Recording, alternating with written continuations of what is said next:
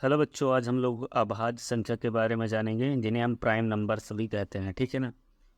तो prime number की एक प्रॉपर परिभाषा दी हुई है, वे संख्याएं जो खुद से तथा एक से भाग देने पर पूर्णतः कट जाएं, जबकि किसी अन्य संख्या से भाग देने पर न कटे, अभाज्य संख्या कहलाती हैं। ठीक है ना।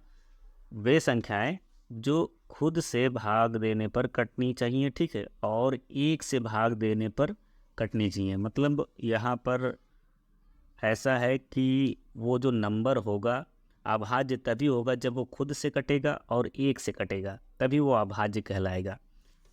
तो जैसे कि मैं यहाँ पर लिख रहा हूँ, दो एक अभाज्य संख्या है। तो ये क्यों एक अभाज्य संख्या है? क्योंकि दो को मैं दो से भाग करता हूँ तो ये पूरा कंप्लीट कर जाते हैं, दो एकम दो, एक शेषफल नहीं आएगा इसमें। ठीक है ना।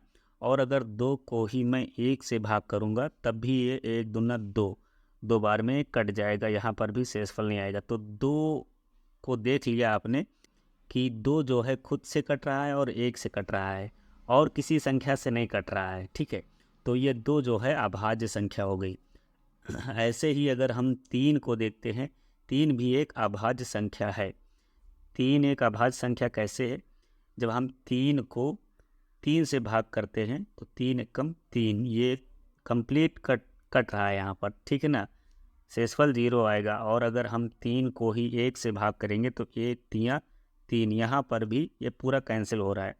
तो ये भी खुद से कटने वाली प्रॉपर्टी को फॉलो कर रहा है और एक से कटने वाली प्रॉपर्टी को फॉलो कर रहा है, और किसी संख्या से ये नहीं कटता है। आप चाहे चेक कर लें, दो से नहीं कटेगा, ठीक है, और दो के ऊपर मतलब तीन के ऊपर किसी और संख्या से तो कटेगा नहीं, क्योंकि वो बड़ी संख्या हो जाएगी। ठीक है। तो तीन के केवल दो ही फैक्टर हैं, एक तीन है और एक खुद अकेला एक है। ठीक है ना। अगर हम चार को देखते हैं तो चार को मैंने आपको बताया था कि चार एक विभाज्य संख्या है। इससे पहला लेक्चर जो मैंने लिया था विभाज्य संख्या के बारे में, तो उसमें आपको बताया था विभाज्य संख्या है। और वो अच्छा, यहाँ पर अगर हम चार को समझाते हैं तो आपको क्लियर हो जाएगा कि यहाँ पर क्या हो रहा है। ठीक है। तो चार को हम चार से काटते हैं, चार को जब हम चार से काटेंगे तो चार एकम चार, खुद से कट रहा है। ठीक है। खुद से कटने वाली प्रॉपर्टी ये फॉलो कर रहा है। चार को अगर हम एक से काटेंगे तो एक चौको चार, यहाँ पर भी ये खुद से कटने वाली और एक से कटने वाली प्रॉपर्टी को फॉलो कर रहा है। लेकिन चार जो है दो से भी कट रहा है, दो दूनी चार, कंप्लीट कट रहा है, शेषफल यहाँ पर भी जीरो बच रहा है।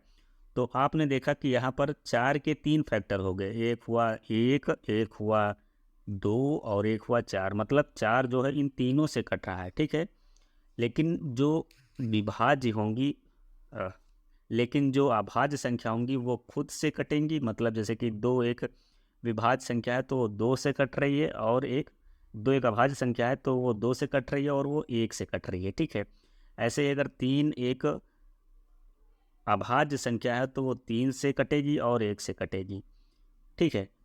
तो ये जो अभाज्य संख्या होती है वो केवल खुद से कटती हैं और एक से कटती हैं।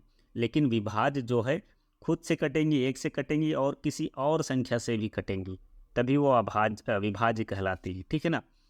एग्जाम्पल के लिए जैसे कि मैं पाँच ले लूँ तो पाँच जो है खुद से कटता है, पाँच एक कम पाँच। ठीक है। शेषफल यहाँ पर नहीं बचा कुछ।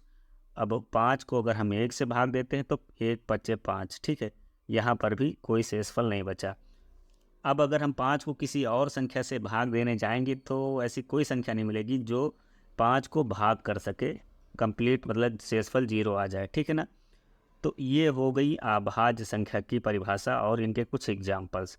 दो हो गया, पाँच हो गया, ठीक है, दो हो गया, तीन हो गया, पाँच हो गया, सात हो गया, ये अभाज्य संख्या है। नौ नहीं है, नौ जो है तीन से भी कटता है, मतलब नौ नौ से भी कटता है, एक से भी कटता है और तीन से भी कटता है, तो नौ अभाज्य नहीं होगा, वो विभाज्य होगा।